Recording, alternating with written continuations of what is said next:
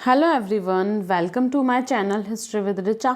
Like and subscribe my channel and share also. हाँ जी, कैसे आप सब लोग। आज हम बात करने वाले हैं पीजीटी हिस्ट्री के बारे में। मीन्स DSSS पीजीटी हिस्ट्री का जो सिलेबस है, आज हम उसके बारे में बात करेंगे। पीजीटी जो DSSS, एक बार मैं आपको बता देना चाहती हूँ कि जो पीजीटी का एग्ज़ाम होगा उसमें सी-टेट ज़रूरी नहीं है। ओनली पीजीटी में सी-टेट ज़रूरी नहीं है। बाकी अगर आप पीआरटी देते हैं और टीजीटी देते हैं तो उसमें आपका सी-टेट क्लियर होना ज़रूरी है।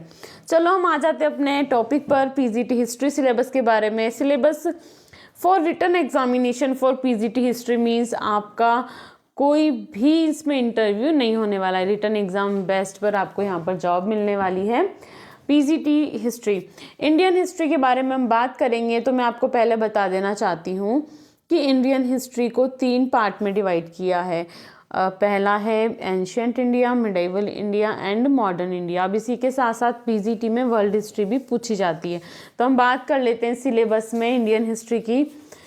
हड़प्पन सिविलाइजेशन। अब हड़प्पा सभ्यता तो हमारा क्लास 6 से ही पीछा नहीं छोड़ती है। जब हम एनसीईआरटी पढ़ते हैं या जब हम छोटे थे क्लास 6 में, तब से हम Harappan civilization, Indus valley civilization को पढ़ते हुए आ रहे हैं। तो हड़प्पा सभ्यता हमें इसमें पढ़ना है। Town planning, religion, economic and social life, script writing, हमें ये सब पढ़ना है। तो सिंधु घाटी सभ्यता को हमें अच्छे से पढ़ना है, क्योंकि पीजीटी का एग्ज़ाम है तो वन लाइनर पढ़ के हम जाएं, ऐसा इससे हम पास हो जाए तो ये तो पॉसिबल है नहीं। तो इसीलिए हमें याद रखना है कि हमें किसको अच्छे से पढ़ना है, हड़प्पन सिविलाइजेशन को। एक एक लाइन हमें याद होनी चाहिए। इसमें से जो क्वेश्चन बनेंगे वो किस तरह बनेंगे, कारण और कथन के बन सकते हैं या फिर वन लाइनर भी बन सकते हैं। वन लाइनर मीन्स फैक्ट वाले भी बन सकते हैं। तो हमें याद होना चाहिए। तो वन लाइनर से इसमें काम नहीं चलेगा। आपको हड़प्पा जो सभ्यता है उसको अच्छे से पढ़ना होगा, इंक्लूड एनसीईआरटी। आगे हम बात करें rise of Magadh in relation to 16 Mahajanapadas की। किस तरह से जो 16 महाजनपद उनका उदय हुआ और उसका रिलेशन किसके साथ है, मगध के साथ। तो यहाँ पे स्पेशल रेफरेंस किसका दिया हुआ है, मगध का दिया हुआ है। लेकिन एक बात हमें याद रखनी है कि इसी के साथ साथ हमें पूरे 16 महाजनपद कवर करने होंगे। जब हम 16 महाजनपद कवर करेंगे तभी हम किसको समझ पाएंगे, मगध को। आगे हम बात करें rise to heterodox sects with special reference of Buddhism and Jainism. मतलब हमें बुद्ध और जैन धर्म को भी पढ़ना है। बुद्ध और जैन धर्म। अब बुद्ध और जैन धर्म का क्या दिया हुआ है यहाँ पर, तो हमें इसकी यहाँ पर पढ़नी है कि किस तरह से जैन धर्म का उदय हुआ, बौद्ध धर्म का उदय हुआ। राइस पढ़नी है, टीचिंग्स पढ़नी है, हमें शिक्षाएं पढ़नी है। कुछ ऐसे टर्म आएंगे जैसे उपदा किसे कहा गया है और आर्य परिवेषणा किसे कहा गया है। तो कुछ इस तरह के जो टर्म्स है टीचिंग में, वो हमें याद रखनी है, स्पेशली पीजीटी के एग्ज़ाम के लिए। तो जैन धर्म और बौद्ध धर्म में कुछ टर्म्स हैं वो हमें याद रखनी, जैसे महा अभिनिष्क्रमण किसे कहा गया है, इस तरह से। फिर हम बात करें स्याद्व्याद, अनेकांतवाद, इस तरह से हमें कुछ याद रखना है। आगे हम बात करें कि बुद्ध और जो जैन धर्म है इनका हमारे समाज पर और वाणिज्य और व्यापार पर क्या प्रभाव पड़ा है। तो हमें ये याद रखना है। आगे द मौर्याज। अब हमें मौर्यन पीरियड के बारे में पढ़ना है कि मौर्य में देखो इसमें क्या दिया हुआ है, कॉज फॉर इट्स राइज, इसके उदय के कारण दिए हुए हैं। चंद्रगुप्ता मौर्य एडमिनिस्ट्रेशन, उसका एडमिनिस्ट्रेशन सिस्टम दिया हुआ है, किस तरह से उनका एडमिनिस्ट्रेशन सिस्टम था और किस चीज़ को क्या कहा जाता था, आपको ये याद रखना है ना। एडमिनिस्ट्रेशन में बहुत सारी चीज़ें आ जाती है, जैसे बहुत शब्द होंगे, सन्निदाता, समाहर्ता किसको कहा जाता था, है ना। उसमें 18 तीर्थ दिए हुए हैं, कितने 18 जो है इसमें 18 तो तीर्थ दिए हुए हैं और साथ में दिए हुए हैं 26 अध्यक्ष।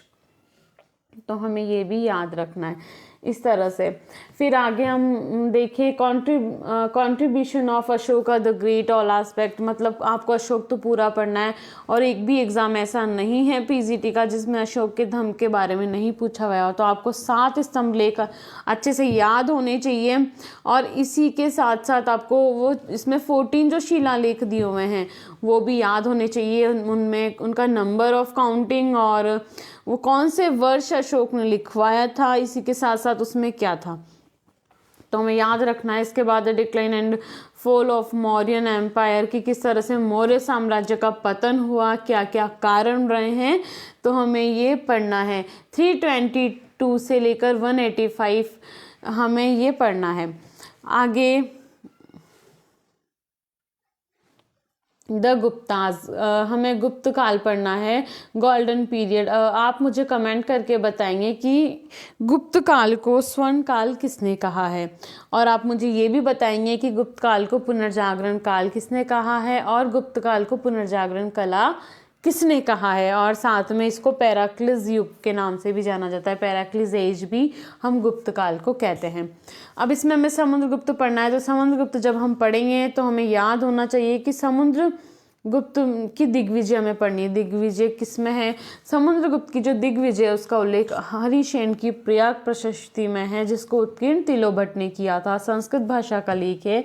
इसी के साथ साथ आपको पता है कि चंपू शैली में लिखा गया है, और कुछ इतिहासकार इसको बोलते हैं कि ये क्या है, समुद्रगुप्त की पत्थर पर लिखी आत्मकथा है। कुछ इतिहासकार इसको क्या कहते हैं, ऐतिहासिक पुनरांकन कहते हैं। तो हमें ये सब चीज़ें याद होनी चाहिए। समुद्रगुप्त को हमें बहुत अच्छे से पढ़ना है, साथ में इनकी जानकारी किस हमें इंस्क्रिप्शन से मिलती है वो याद रखना। और दिग्विजय, आर्यव्रत विजय, दक्षिणापथ विजय, दक्षिणापथ विजय को क्या कहा गया है, प्रबोधन किसको कहा गया है, परिचार की कृत नीति कौन सी थी, इनकी सारी पॉलिसीज हमें याद रखनी है। आगे चंद्रगुप्त या विक्रमादित्य, तो चंद्रगुप्त और विक्रमादित्य के बारे में भी हमें अच्छे से पढ़ना है। मीन्स गुप्तास जो है वो पूरा इम्पोर्टेंट है। Administration, religion, trade and commerce, हमें इसका एडमिनिस्ट्रेशन सिस्टम पढ़ना है। और इसी में जैसे मौर्यन में हम पढ़ेंगे अगर कि जैसे सन्निधाता, संहारता, विविताध्यक्ष कौन थे, दंडपाशिक कौन थे, इस तरह से हम जो वो टर्म है वो यहाँ भी आएगी। तो गुप्ताज में सीता भूमि, सीता किसको कहते थे, तो राजकीय भूमि को सीता कहते थे। बहुत सारी टर्म है गुप्ताज में भी, आपको वो याद रखना है। जैसे कासवन किसको बोलते थे, तो कासवन हम नाई को बोलते थे। टठेरे को क्या बोलते थे, कंकार या कुछ भी, तो आपको वो याद रखना है। अग्रहार भूमि कौन सी थी, तो वो टर्म हमें एडमिनिस्ट्रेशन में याद रखनी है। रिलीजन के लिए भी बहुत इंपॉर्टेंट है गुप्ताज। क्यों, क्योंकि रिलीजन में क्या इसका आर्किटेक्चर भी क्या हो जाएगा, इंक्लूड हो जाएगा। जैसे गुप्त काल में मंदिर बनना शुरू हुए, तो कौन कौन से मंदिर बने हैं, ईंटों से बना मंदिर कौन सा है ना, नचना कुठार का पार्वती मंदिर जिससे एग्जाम में पहले भी क्वेश्चन आ चुके हैं, तो वो कौन सा है। जैसे कि रामायण, जिसकी हम बात करें कि रामायण और महाभारत के जो चित्र हैं वो किस में है, तो नचना कुठार के पार्वती मंदिर में। तो रिलीजन हमें याद रखना है कि किस तरह से गुप्ताज का जो रिलीजन था वो, वैसे तो वो सभी को पता है कि वो हिंदू धर्म से थे, शैव से थे, वैष्णव धर्म से संबंध रखते थे, लेकिन फिर भी रिलीजन और मंदिर हमें याद रखना है। ट्रेड एंड कॉमर्स हमें याद रखना है। हम इसमें ये भी पढ़ेंगे कि गुप्त काल ऐसा काल है जिसमें भूमि कर में क्या हुआ, भूमि कर में वृद्धि हुई और व्यापारिक करों में कमी आई, और इनके संघर्ष किस किस के साथ रहे वो हमें याद रखना है।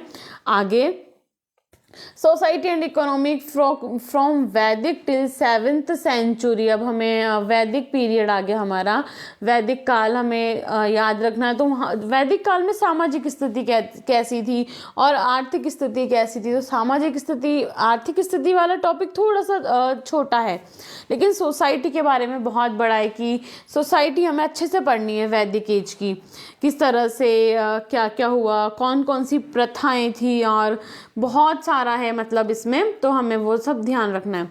फिर है फ्रॉम वैदिक टिल 7th सेंचुरी, तो हमें ये 7th सेंचुरी तक पढ़ना है। मेजर टॉपिक है, लिखा थोड़ा सा छोटा सा है लेकिन बहुत बड़ा टॉपिक है, इसे अच्छे से कवर करना है। सल्तनत एरा की हम बात करें तो अब हम आ गए हैं कहाँ पर, अब हम आ गए मिडेवल इंडिया में, हम आ गए मध्यकालीन भारत में तो सल्तनत एरा के बारे में पढ़ना, the defeat of Hindu kingdom and established of Delhi सल्तनत, किस तरह से हमारे भारत पर आक्रमण हुए। जैसे पहला आक्रमण 711 में हुआ था, असफल था ये ना, असफल आक्रमण था।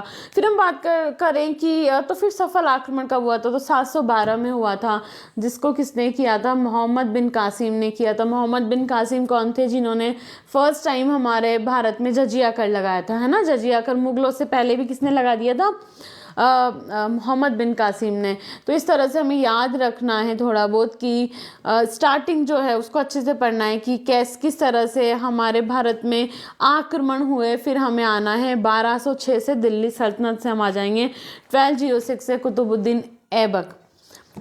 तो दिल्ली सल्तनत हमें अच्छे से पढ़नी है। दिल्ली सल्तनत के बाद यहाँ पर क्या है, दिल्ली सल्तनत का स्टेबल कैसे हुआ, इसी के साथ साथ हमें इसका कल्चर भी पढ़ना है, इसका लिटरेचर भी हमें पढ़ना है। यहाँ पर मेंशन नहीं है, लेकिन वो इसी से रिलेटेड क्वेश्चन जरूर पूछे जाएंगे कि पूरा दिल्ली सल्तनत प्लस उसके एडमिनिस्ट्रेशन उसका हमें पढ़ना है और लिटरेचर भी हमें पढ़ना है।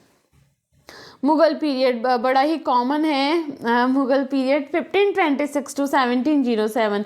तो मुगल पीरियड के बारे में हमें पॉलिटी पढ़नी है, एडमिनिस्ट्रेशन पढ़ना है, सोसाइटी एंड इकोनॉमी हमें पढ़नी है, और इसका जो आर्ट एंड कल्चर है वो हमें पढ़ना है। यहाँ पर आ गया medieval society and culture with special reference to Bhakti movement and Sufism. अब भक्ति और सूफी मूवमेंट आ गए, अब हमारे यहाँ पर भक्ति और सूफी आंदोलन के बारे में हमें पढ़ना है। और जो मध्यकाल था उसमें किस तरह से सामाजिक और संस्कृति का हमें वर्णन पढ़ना है। आगे है मिडाइवल आर्किटेक्चर, दिल्ली सल्तनत एंड मुगल पीरियड। वही आ गया जो पीछे आर्किटेक्चर था ना, जो सल्तनत एरा है उसका यहाँ पर दिया हुआ है कि सल्तनत एंड मुगल पीरियड किस तरह से कौन कौन से इमारतें मुगल काल में बनी है, कौन कौन से सल्तनत काल में बनी है, कब बनाई, किसने बनाई। इससे क्वेश्चन सिक्वेंस का पूछ लिया जाता है। क्वेश्चन आ जाएंगे, जैसे क्वेश्चन इसमें कैसे बनता है, 4 है दी हुई है, 4 इमारतें दी हुई है, उसमें आपको दिया जाएगा कि इनका बनने का क्रम कौन सा था। तो हमें ये याद रखना है कि कब कौन सी इमारत बनी है। तो वो मुगल पीरियड में भी हमें डेट याद होनी चाहिए, साथ में सल्तनत पीरियड में भी हमें याद होनी चाहिए, और मुगल पीरियड की जो डेट्स है वो ज़्यादा इंपॉर्टेंट है। फिर है और जो इमारत है वो सल्तनत पीरियड की भी इम्पोर्टेंट है, लेकिन जो डेट वाला क्वेश्चन आएगा कि इनका क्रम जमाइए, वो मुगल पीरियड से आने की ज़्यादा संभावनाएं हैं। अब किस तरह से फिर है European establishment of fifth British rule. तो किस तरह से हमारे भारत में यूरोपियंस आए, जब पुर्तगाली आए, फिर डच आए, फिर अंग्रेज आए और फ्रांसीसी आए। तो ये 5 आए, इन रूलर्स के बारे में इन्होंने किस तरह से शासन किया है। तो व्यापार करने थे, लेकिन किस तरह से अपना शासन किया, स्थापित किया, इसके बारे में हमें पढ़ना है। 5 जो यूरोपियंस है किस तरह से आए, इनकी फर्स्ट फैक्ट्री कौन सी थी, पहला दुर्ग कौन सा था, और आप मुझे कमेंट करके बताएंगे कि भारत में बना पहला यूरोपियन दुर्ग कौन सा था और वो कब बनाया गया है। हाँ जी, अब है British rule and its impact on Indian economic. तो हमें भारत के बारे में क्या पढ़ना है, भारत की आर्थिक स्थिति पढ़नी है, कब जब हमारे भारत में विदेशी शासन था, ब्रिटिश रूल का। और जो ये है ना, ये एनसीईआरटी में बहुत अच्छे से मेंशन है, एनसीईआरटी में बहुत अच्छे से मेंशन किया हुआ है किस तरह से हमारे इंडिया के वीवर्स की कंडीशन हो गई, मर्चेंट क्या करते थे, जंकर्स क्या करते थे, उसमें एनसीईआरटी की क्लास 10th में बहुत अच्छे से मेंशन है, और क्लास 8th में भी है।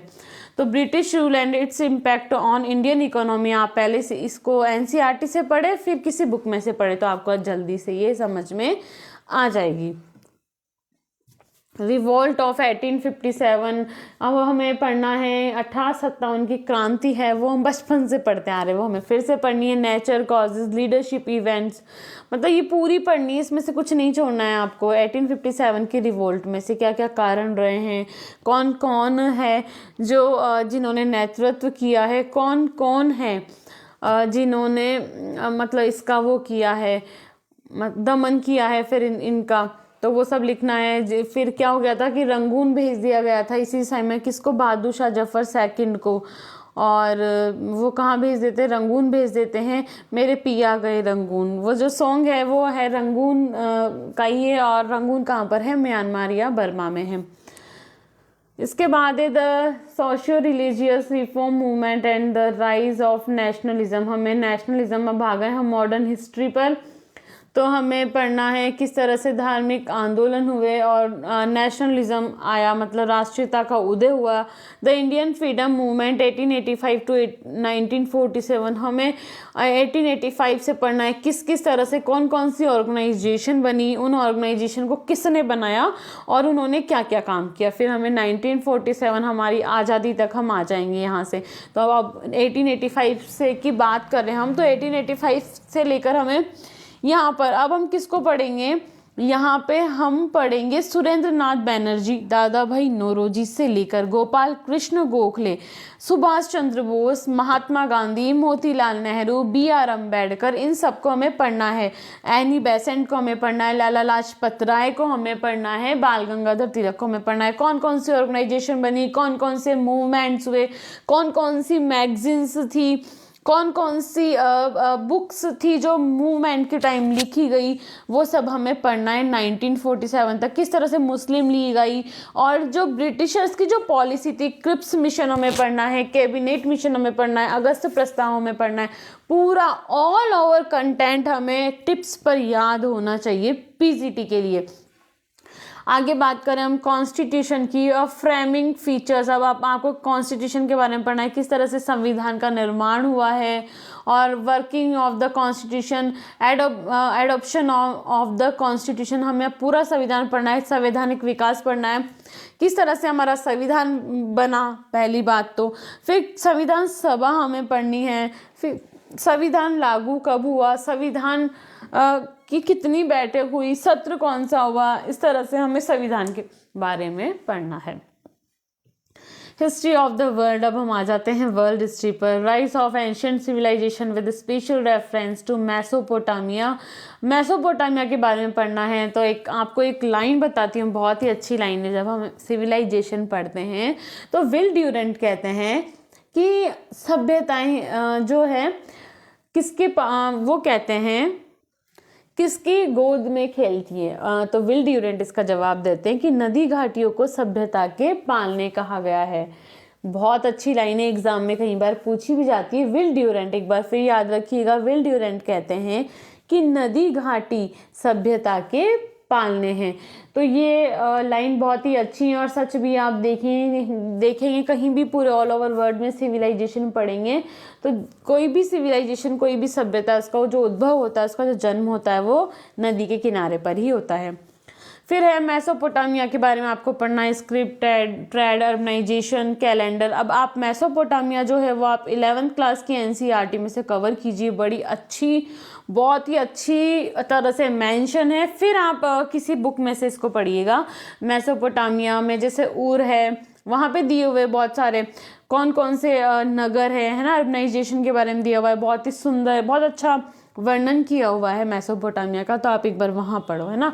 इसमें आपको ड्रैगन और बहुत सारी टर्म आएंगी जो थोड़ी डिफरेंट होंगी। ड्रैगन है, उर है, उरुक है, इस तरह से, तो आप इसको पढ़िएगा। रोमन एंड ग्रीक सिविलाइजेशन, अब आपको रोम और ग्रीक की सभ्यता, यूनानी सभ्यता आपको पढ़नी है। Rise of the empire, administration और सोसाइटी, इसकी आप क्या पढ़नी है, आपको पूरा पढ़ना है। जैसा हड़प्पन सिविलाइजेशन का पढ़ना है, हड़प्पा सभ्यता का, उस तरह से इसका उदय पढ़ना है, इसका एडमिनिस्ट्रेशन सिस्टम पढ़ना है और सोसाइटी पढ़नी है। राइज ऑफ इस्लाम, ये भी आप उसमें से पढ़ सकते हैं एनसीईआरटी में, उसमें दिया हुआ है क्लास 11th में एनसीईआरटी में।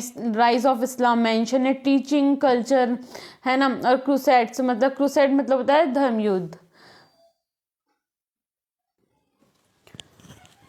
आगे हमें पढ़ना है कि किस तरह से इस्लाम का उदय हुआ, तो आप इसको एनसीईआरटी क्लास 11th में से पढ़िएगा, बहुत अच्छा टॉपिक दिया हुआ है। Nomadic people of central Asia में नोमैडिक पीपल को पढ़ना है, इसमें बहुत अच्छा मेंशन है। एनसीईआरटी क्लास 11th में आप पढ़ो। इसमें आप जो मंगोल है उनको पढ़ेंगे।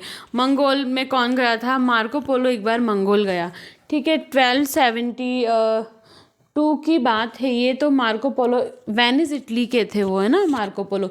तो वो जाते हैं कहाँ पर, मंगोल साम्राज्य में। तब वो कहते हैं कि जब मैं मंगोल गया तो मैंने देखा कि वहाँ की जो सभा थी वो किससे सुशोभित थी, भारत और चीन के बुद्ध से, और भारत के जो ज्योतिष थे उससे, और अलग अलग कंट्रीज़ के, मतलब कोई ज्योतिष आचार्य था, कोई गणितज्ञ था, कोई वैज्ञानिक था, कोई साहित्यकार था। तो मंगोल की सभा में ऑल ओवर वर्ल्ड के बहुत ही अच्छे, बहुत ही मशहूर लोग शामिल थे। बड़ी तारीफ़ करी उन्होंने मार्को पोलो ने। तो nomadic people of central Asia में इसमें पढ़ना है, मंगोल पढ़ना है, द डार्क एज पढ़ना है, अब इसमें सामंत हमें पढ़ने हैं। तो ये अच्छे से पढ़ना, ये भी थोड़ा सा आप एनसीईआरटी में से ले सकते हैं फ्यूडलिज्म के बारे में, मतलब सामंत। उसके बाद है रेनेसा मीन्स पुनर्जागरण। तो पुनर्जागरण को आप पढ़िएगा। रिफॉर्मेशन पीरियड इन यूरोप, ये भी आप अच्छे से पढ़िए। रेनेसा तो बहुत इम्पोर्टेंट है और इसमें से क्वेश्चन ऑब्वियसली पूछे जाएंगे। कैपिटलिज्म इन, ये भी हमें थोड़ा सा एनसीईआरटी में से ही देखना है। पूंजीवाद और वाणिज्यवाद, ये आप उसमें से देख लीजिएगा, चल जाएगा। फिर है इंडस्ट्रियल रिवोल्यूशन, किस तरह से औद्योगिक क्रांति आई, किस तरह से औद्योगिक क्रांति आई, और ये आप देखिएगा, इसको एनसीईआरटी में बहुत अच्छा मेंशन है। बाकी अदर बुक में और प्रीवियस ईयर क्वेश्चन भी आप इसके देख सकते हैं। इंपीरियलिज्म मतलब साम्राज्यवाद है, कॉलोनिकल पीरियड है, मतलब कॉलोनिज्म भी इसमें दिया हुआ है, किस तरह से साम्राज्यवाद हुआ और कॉलोनीज़ बनाया, जैसे ब्रिटेन ने बनाया, अमेरिका को बनाया, इंडिया को बनाया, अफ्रीका को बनाया, स्पेन ने बनाया, ब्रिटेन ने बनाया। तो इस तरह से साम्राज्यवाद का विकास हुआ। सब देश इसी दौड़ में थे कि हम ये भी ले लें, इस पर भी राज कर ले, उस पर भी राज कर ले। तो वो दौर क्या रहा है उसके बारे में हमें पढ़ना है। चाइना पढ़ना है हमें, चाइना सिंस 1840 टू 1949। अब हमें चाइना पढ़ना है, मतलब चीन की क्रांति हमें पढ़नी है इसमें थोड़ी सी, कि किस तरह से चीन की क्रांति होती है। 1911 वाली क्रांति है। सन यात सेन के बारे में भी हम इसमें पढ़ेंगे, आधुनिक चीन के, जिनको जनक या पिता कहा जाता है। तो चीन की क्रांति आप अच्छे से पढ़िएगा। देन इसके बाद है जापान, 1840 टू 1949। अब जापान भी हमें इसमें पढ़ना है। मैं आपको एक बात और बता देती हूँ, जिसमें टॉपिक्स दिए हुए हैं मेजर। अब इसमें जो इसके अंदर जो है वो एक बार टॉपिक मैं रिपीट कर देती हूँ। जैसे आप वर्ल्ड हिस्ट्री का ओनली है ना, बाकी तो इंडियन हिस्ट्री हमें अच्छे से समझ में आ गई है। वर्ल्ड हिस्ट्री का मैं एक बार और रिपीट कर देती हूँ। यूनान की सभ्यता, रोम की सभ्यता, इसके बाद है मेसोपोटामिया की सभ्यता, इसमें इस्लाम धर्म हो गया है। यूरोप में पुनर्जागरण, यूरोप में धर्म सुधार आंदोलन भी हमें पढ़ना है। रेनेसाइंस रिफॉर्मेशन जिसको हम कहते हैं वो पढ़ना है। अब आप एक बात और याद रखिएगा, इसमें वाणिज्यवाद और फ्रांस की क्रांति भी हमें पढ़नी है, जो क्लास 9th में बहुत अच्छे से मेंशन की हुई है। औद्योगिक क्रांति पढ़ना है हमें, इसमें इटली और जर्मनी का एकीकरण भी पढ़ना है। साथ में फर्स्ट वर्ल्ड वॉर, प्रथम विश्व युद्ध और द्वितीय विश्व युद्ध को हमें इसमें पढ़ना है। नाजीज्म और नाजीवाद और फांसीवाद हमें इसमें पढ़ना है। नाजीवाद और फांसीवाद को भी क्लास 9th में मेंशन है, बहुत अच्छे से मेंशन किया, आप वहाँ से इसको ज़रूर देखिएगा।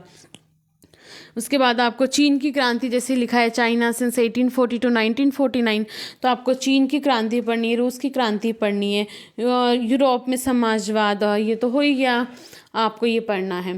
तो आप इसे पढ़िएगा और अच्छे से देखिएगा, साथ में एनसीईआरटी को कवर करते चलिएगा। आज के लिए इतना ही, हम मिलेंगे किसी नेक्स्ट वीडियो में टीजीटी एसएसटी के सिलेबस के साथ। Have a good day and good luck. Thank you.